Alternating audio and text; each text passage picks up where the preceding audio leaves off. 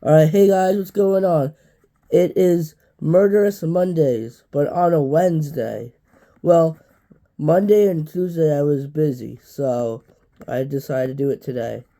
Alright, if you guys hear a little bit different with my voice, I have a little bit of a cough. I think I have croup or whatever. Alright, but we are still doing this.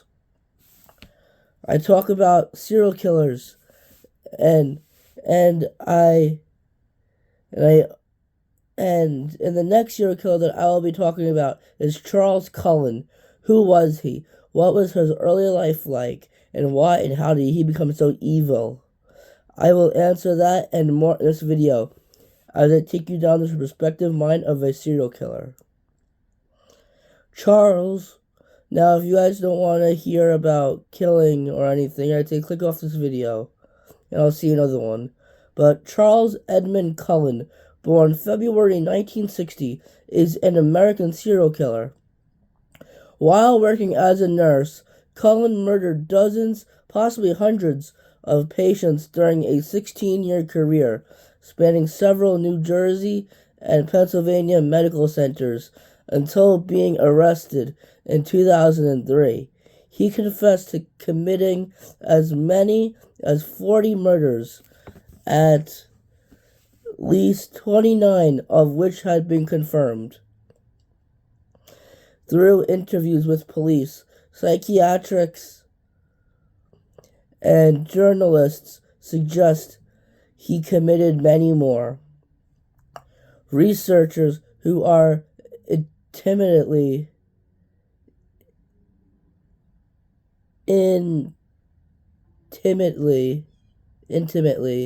involved in the case believe Cullen may have murdered as much as 400 people. However, most murders cannot be confirmed due to lack of records. Early life. Charles Cullen was born on February 22nd, 1960, in West Orange, New Jersey. He was raised in a working-class Catholic family as the youngest of 8 children. Wow, 8 children. His father, Edmund, a bus driver, passed away on September 17th, 1960, when Charles was just 7 months old. Cullen later described his childhood as miserable and claimed to have been constantly bullied by his classmates and sisters' boyfriends. When he was age 9, he made the first of many suicide attempts by drinking chemicals from a chemistry set. Cullen's mother, Florence Cullen, was born in England and immigrated to the U.S. after World War II as a war bride. She was killed in a car accident on December 6th, 1977. Cullen, then 17 years old, was at the time of his senior year of high school. Cullen recalled his mother's death as being devastated and described being upset that the hospital did not immediately inform him of her death and cremated her body instead of returning it. The following year, Cullen graduated from West Orange High School and enlisted in the United States Navy. He served aboard the submarine USS Woodrow Wilson. He successfully passed basic training and the psychological examinations required for submarine crews, who were expected to spend as long as 2 months at a time being submerged in a cramped vessel. Cullen rose to the rank of petty officer, second class, as part of the team that operated the vessel's Poseidon missiles. He did not fit in during his time in the Navy and was hazed and bullied by his fellow crewmen. A year into his service, Cullen's leading petty officer aboard Woodrow Wilson discovered him seated at the missile controls, wearing a surgical mask, gloves, and scrubs rather than his uniform. Cullen was disciplined for that action, but never explained why he had dressed that way. The Navy reassigned Cullen to a lower pressure job on the supply ship USS Canopus. He attempted suicide and was committed to the Navy psychiatric ward several times over the subsequent few years. Cullen received a medical charge from the Navy in 1984 for undisclosed reasons. Shortly after his discharge, Cullen enrolled at Mountainside Hospital's nursing school in Montclair, New Jersey. Elected president of his nursing class, he graduated in 1987 and started work at the burn unit of St. Barnabas Medical Center in Livingston, New Jersey. Meanwhile, Cullen met and married Adrienne Baum in 1987. Their daughter, the first of two girls, was born later that year. However, Cullen's wife became increasingly disturbed at his unusual behavior and his abuse to the family dogs. In 1993, she filed a restraining order against him based on her fear that he might endanger her and their two children. She claimed that Cullen had spiked people's drinks with lighter fluid, burned his daughter's books, and left his daughters with a babysitter for a week. Cullen obviously denied this, saying that his wife was exaggerating. Nevertheless, she continued to insist that Cullen was mentally ill, which she was. Now the murders. The first murders, to which Cullen later confessed, occurred at St. Barnabas. On June 11, 1988, he administered a lethal overdose of intravenous medication to a patient. Cullen eventually admitted to killing several other patients at St. Barnabas, including an AIDS patient who died after Cullen gave him an overdose of insulin. Cullen left St. Barnabas in January of 1992 when the hospital authorities began investigating the contaminated IV bags. The investigation later determined that Cullen had most likely been responsible, resulting in dozens of patient deaths at the hospital. 1 month after leaving St. Barnabas, Cullen took a job at Warren Hospital in Phillipsburg, New Jersey, where he murdered 3 elderly women with overdoses of heart medication, digoxin. His final victim said that a sneaky male nurse had injected her as she slept. However, family members and healthcare providers at the hospital dismissed her comments as unfounded. The following year, Cullen moved into a basement apartment in Phillipsburg after a contentious divorce from his wife.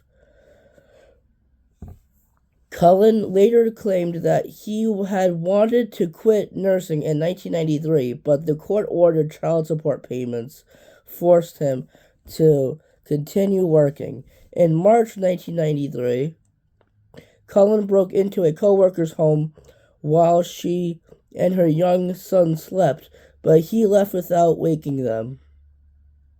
He began stalking the woman who filed a police report against him. Cullen subsequently pleaded guilty to trespassing and received 1 year probation. Well, 1 year only. The day after his arrest, he made another suicide attempt. Cullen took 2 months off from work and was treated for depression in 2 psychiatric facilities. However, He attempted suicide twice more by the end of the year. That September, a 91-year-old cancer patient at Warren Hospital reported that Cullen, who was not her assigned nurse, had come into her room and injected her with a needle. She died the next day. Her son protested that her death was not natural, and the hospital administered a lie detector test to Cullen and several nurses, which he passed. Cullen continued to work at Warren until the following spring. Cullen began a 3-year stint in the intensive care unit of Hunterdon Medical Center in Flemington, New Jersey. He claimed that he did not harm anyone during the first 2 years at Hunterdon. However, hospital records for that period have been destroyed. At the time of his arrest in 2003, Cullen admitted to murdering 5 patients between January and September 1996, again with overdoses of digoxin. He then found work at Morristown Memorial Hospital, but was soon fired for poor performance. Cullen remained unemployed for 6 months and stopped making child support payments. After seeking treatment for depression in the Warren Hospital emergency room, he was briefly admitted to a psychiatric facility in February of 1998. In February of 1998, Cullen was hired by the Liberty Nursing and Rehabilitation Center in Allentown, Pennsylvania, where he staffed a ward of respirator-dependent patients. There, he was accused of giving patients drugs at unscheduled times.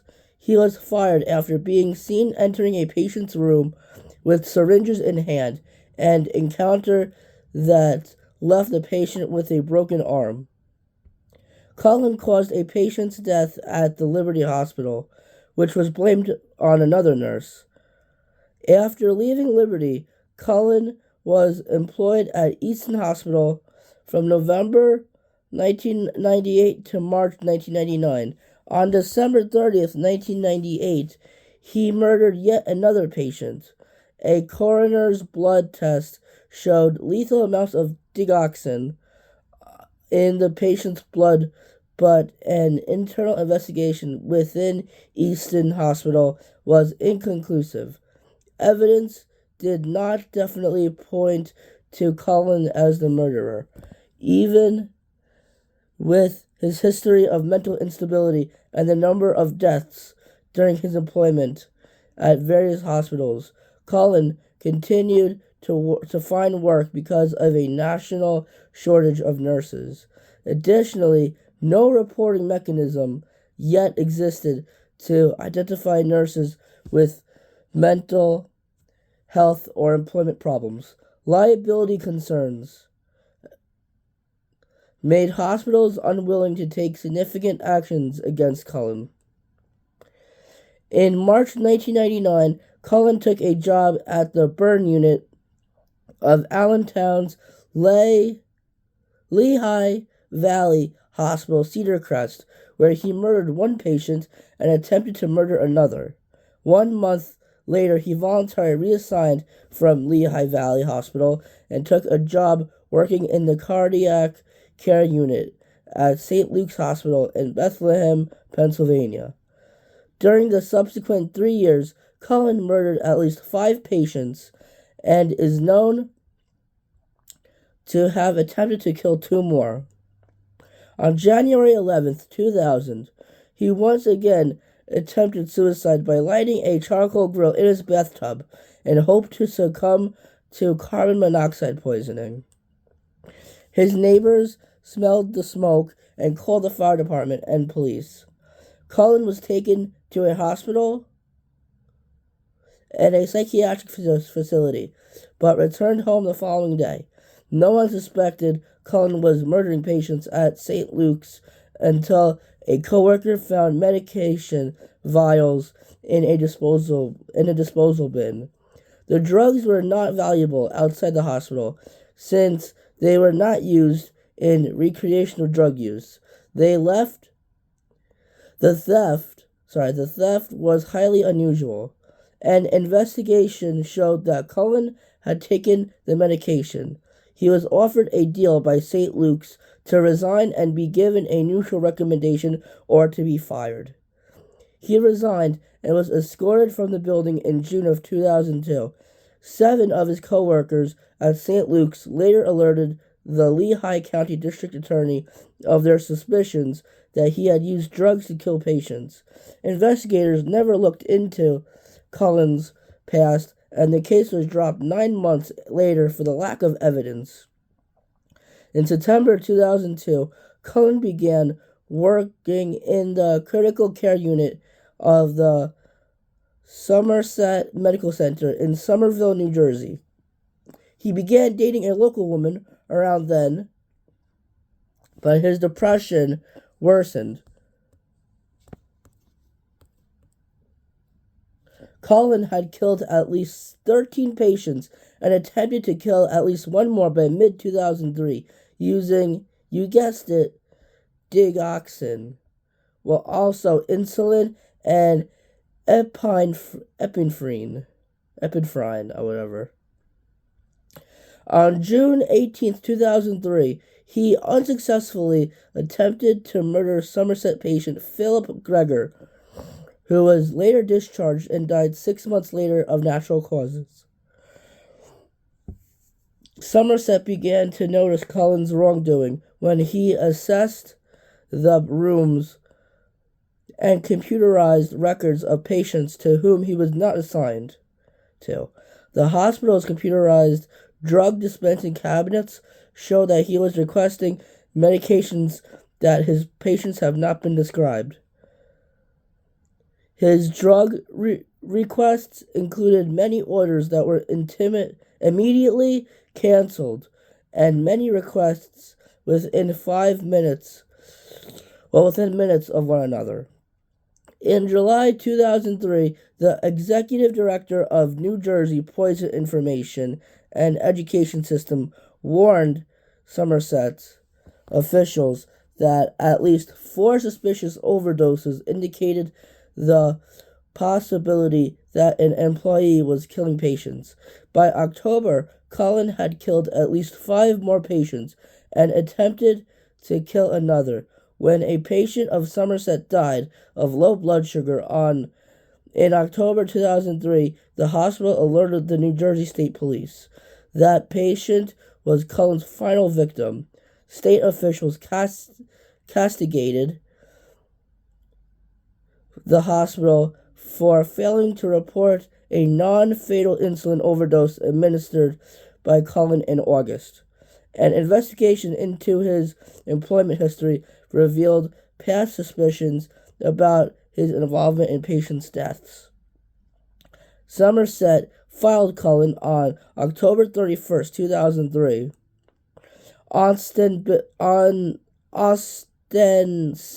ostensibly for lying on his job application. Somerset nurse Amy Lauren, a co-worker of Cullen's who had been friendly with him while they worked together at Somerset, alerted the police after she became alarmed about Cullen's records of accessing drugs and his links to patients' deaths.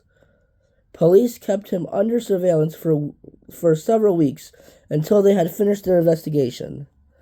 Investigators assigned Lauren to visit Cullen after work hours and talk with him while she wore a wire. With that evidence, police had produced enough probable cause for arrest. Now, arrest and sentencing. Hold on. Okay. Now, arrest and sentencing. Cullen was arrested at a restaurant on December 12th, 2003, and charged with 1 count of murder and 1 count of attempted murder. On December 14th, he admitted to homicide detectives Dan Baldwin and Tim Braun that he had murdered Florian Gall and had attempted to murder Jin Kyung Han. Sorry if I probably butchered them, but sorry about that, but yeah. Both whom were patients in Somerset. In addition, Cullen told the detectives that he had murdered as many as 40 patients over a 16-year career. In April 2004, Cullen pleaded guilty before Judge Paul W. Armstrong in a New Jersey court to killing 13 patients and attempted to kill 2 others by lethal injection while he was employed at Somerset. As part of a plea agreement, Cullen promised to cooperate with authorities if they did not seek the death penalty for his crimes. A month later, he pleaded guilty to the murder of 3 more patients in New Jersey. Well, this guy can't stop killing. In November 2004, Cullen pleaded guilty in an Allentown court to killing 6 patients and trying to kill 3 others. He reportedly interrupted the proceedings by taunting the judge with the chant, "Your Honor, you need to step down," for literally over half an hour. Cullen was ordered to be restrained and gagged. On March 2nd, 2006, Cullen was sentenced to 18 consecutive life sentences by Judge Armstrong in New Jersey. He is not eligible for parole until June 10th of 2403, so he's probably not going to get out. So he's probably never going to get out. Currently, he is held at New Jersey State Prison in Trenton, New Jersey.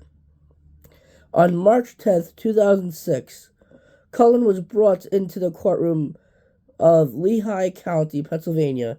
Presiding Judge William H. Platt, for a sentencing hearing.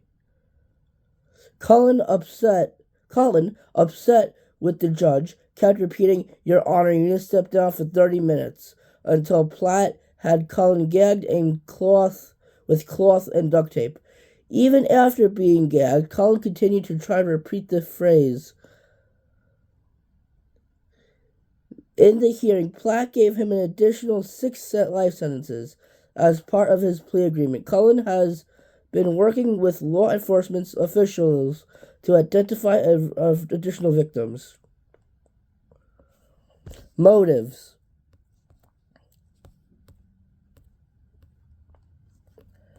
Cullen stated that he had overdosed patients to spare them from being seen going into cardiac or respiratory arrest after being listed as Code Blue, emergency, which I think means dead.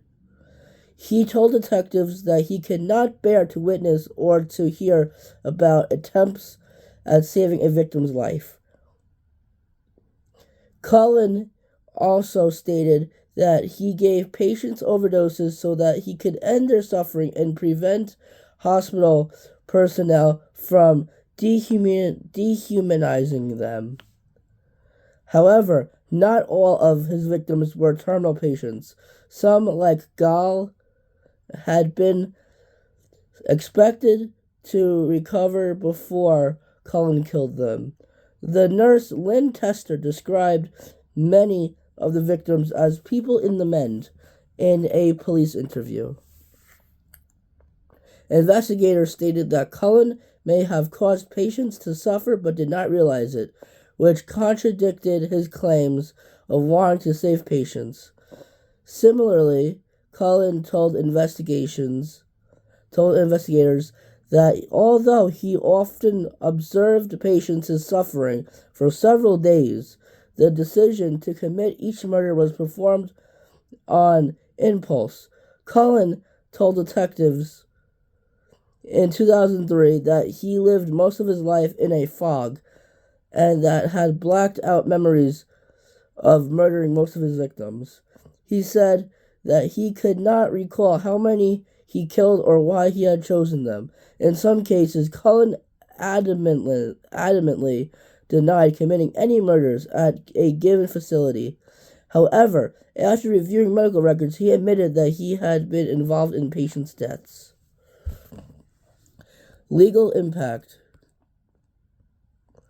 Cullen moved from facility to facility undetected, mainly because of the lack of requirements to report suspicious behaviors by medical workers and inadequate legal obligations on employers.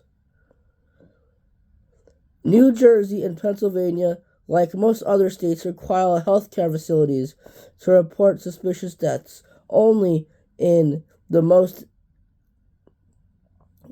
egregious cases, and the penalties for failing to report incidents were minor. Although many states did not give investigators the legal authority to discover workers' previous employers. Employers feared investigating incidents of giving a bad employment reference for fear of such actions triggering lawsuits. According to detectives and Cullen himself, several hospitals suspected him of harming or killing patients but failed to take appropriate legal actions.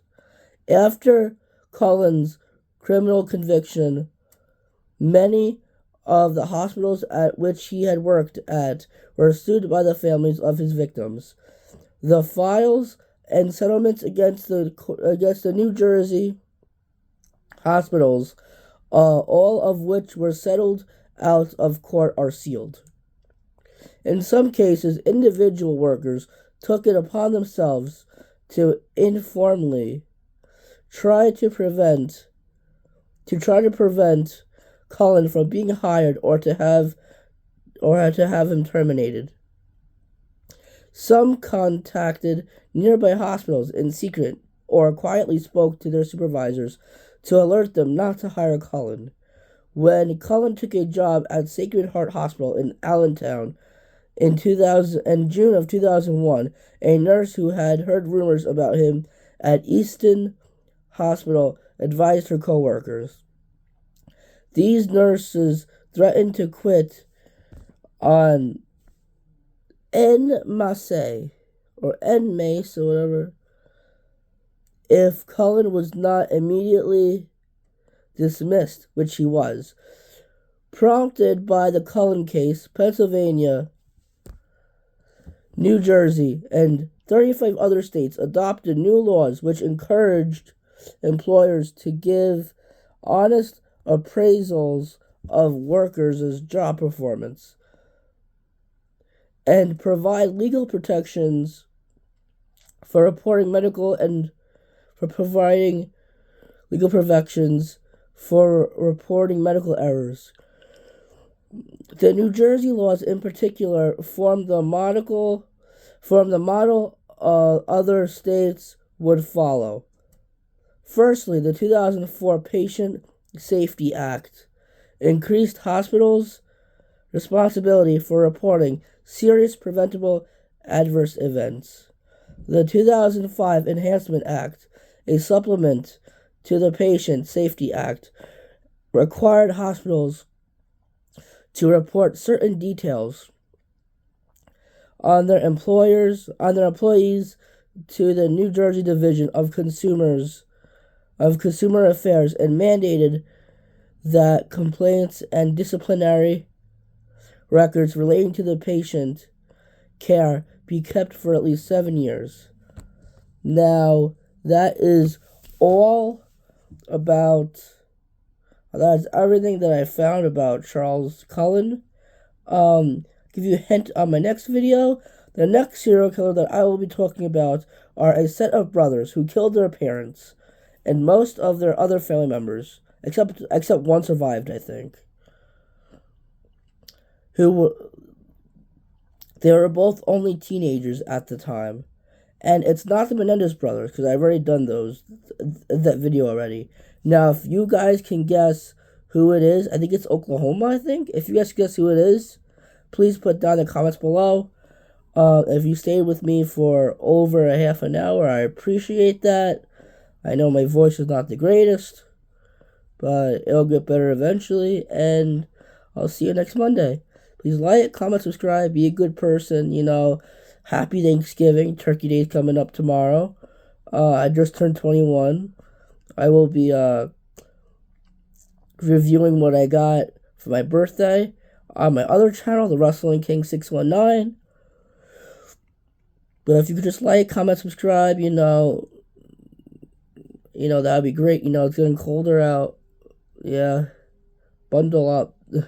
Alright, please like, comment, subscribe, and peace.